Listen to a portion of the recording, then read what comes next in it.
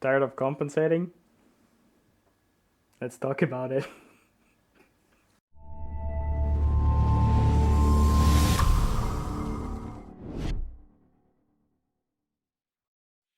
Let's talk about the Fly Micro4 and the FLYpi Lite2. I will admit I do like small printers, and with that comes small components. So when I got the opportunity to get these two and have a look at them, I just said yes. Now, these two are kind of a pair. You can use one or the other, but I just use both. The Micro4 is a fully fledged printer motherboard. It has the same capabilities as an SKR Mini or an SKR Pico. It has all the things you would need: heater outputs, fan outputs, stepper motor outputs, even some RGB, and that's a bonus. The one thing that really surprised me, however, is that this one has CAN support. Second is the FLYpi Lite2, and it's exactly what the description or the name suggests. It's a Pi that's light, and it's number 2. Jokes aside, this is a handy little Pi that should run most printers. I do have a little bit of a caveat. It's just an H3, so don't expect this to work on something super high speed. Ironically, that's what I'm going to do right now. Just a quick note, this video is sponsored by AliExpress, and they did send me these two to have a look at. And it's not a review, but I'm giving you my opinions. I won't be going into any in-depth testing. I will, however, show you how to use these. First off, I want to compare the Micro4 to other similar and small boards. So I have the SKR Mini E3 V2. The V3 is the exact same size. I just didn't have one to show right now. And this is the SKR Pico, which has the same features, give or take, as the Micro4. So it's quite a small board, and yeah. Next up, let's look at the size of the FLYpi Lite2, and I have a Banana Pi that has the exact same specifications as it's the same CPU and same memory. And yes, the Banana Pi is smaller. They're the same length, but the Banana Pi is skinnier. But the FLYpi Lite2 has 2 full USBs, while the Banana Pi and also the Pi Zero, the Raspberry Pi Zero, it's the same size. It also doesn't have a full-size USB.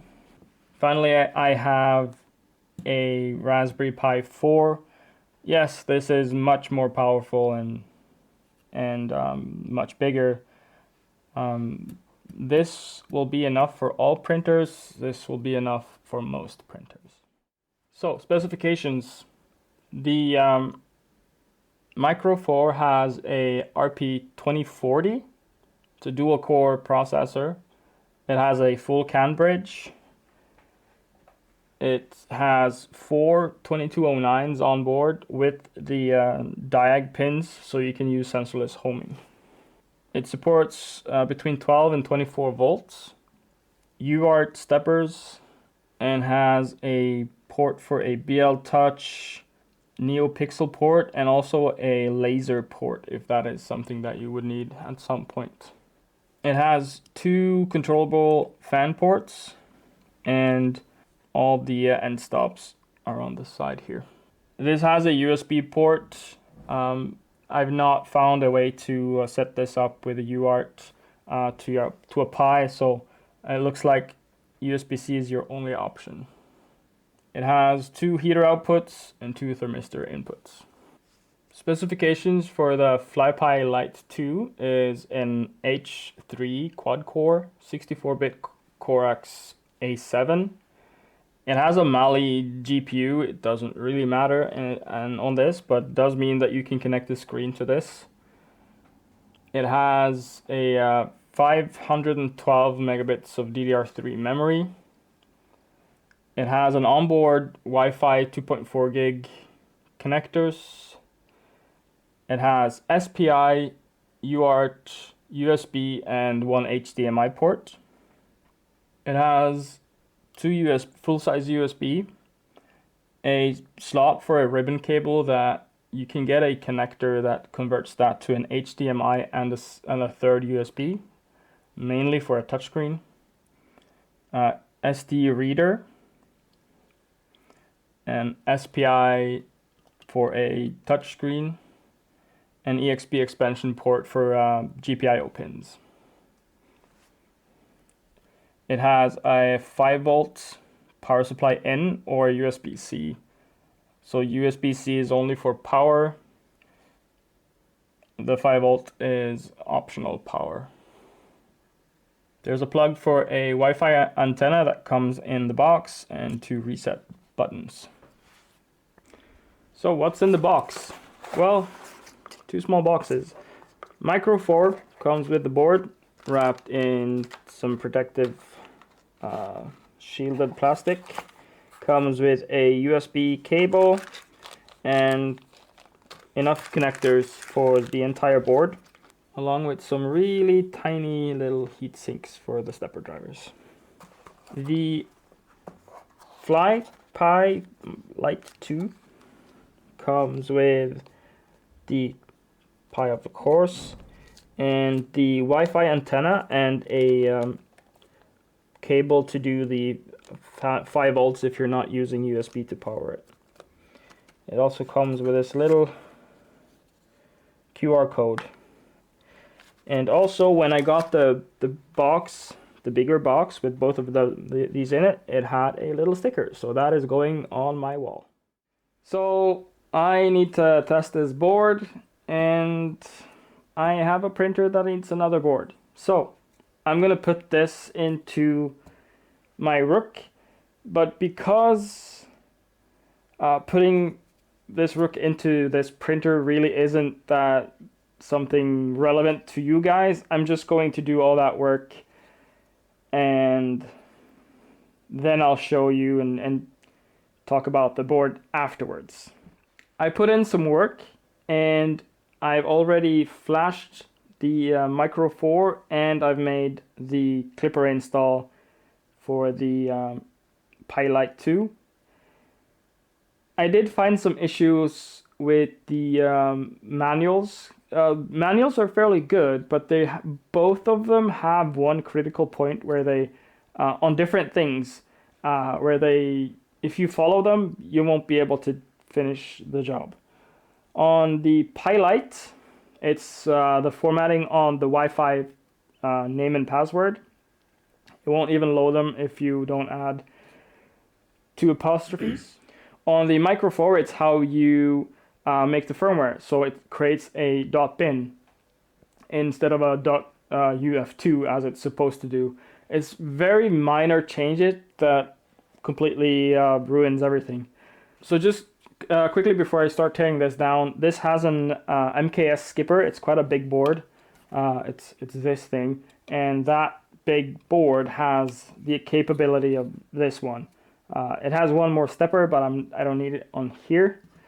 It's a decent board. It doesn't like to print fast, it seems, so I'll probably put this on something else that won't be as fast, but decent board. But I made this adapter for the Pi and the Micro4, and I'll just tear this down, put the new boards in, and test it out, and then I'll come back to you. Well, it's I put it in, and I've spent about 2 nights making the config work, doing test prints, and overall I absolutely love this board. there's a couple of things that they are both missing, but it's not enough to discourage anyone from getting them. The first problem that I've had is that I tested the NeoPixel port, or the RGB port, and it's not turning all the way off. So controlling your LEDs it doesn't work as it should. The RGB port should have a pin that goes from 0 to 5 volts, but it goes from 0.61 volts to 5.61 volts. So it doesn't actually turn all the way off, which is an issue because that's a digital signal. So it would mess up some stuff. The other issue is that there's no UART connector between the board and the Pi, so that's a flaw with both of them. I would love to have just a UART connector so that I can easily make a small little bridge between them, not having a big USB cable that just takes up space, basically. Other than that, I've tested it quite extensively, specifically with speed. Just because it's a small board, so I wanted to see how much speed you can push out of it.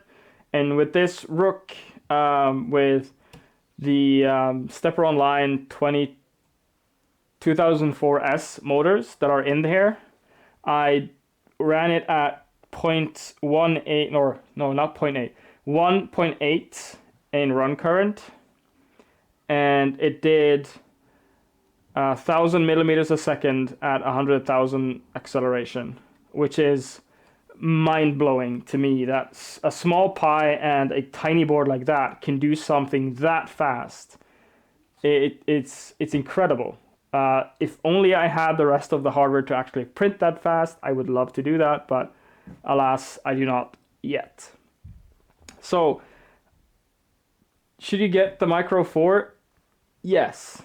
If you're building a small printer or you like to have small boards as an extra MCU, yes, get it. It's so small that you can hide it anywhere, and it's probably going in a different build than this, that's even smaller, so that I can really utilize that tiny space that it takes up. So now I have almost an empty base. I can put more stuff in there.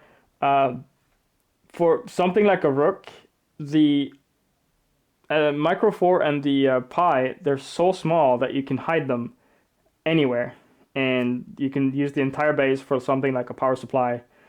You can easily fit a full size. This is a 300 watt, easily.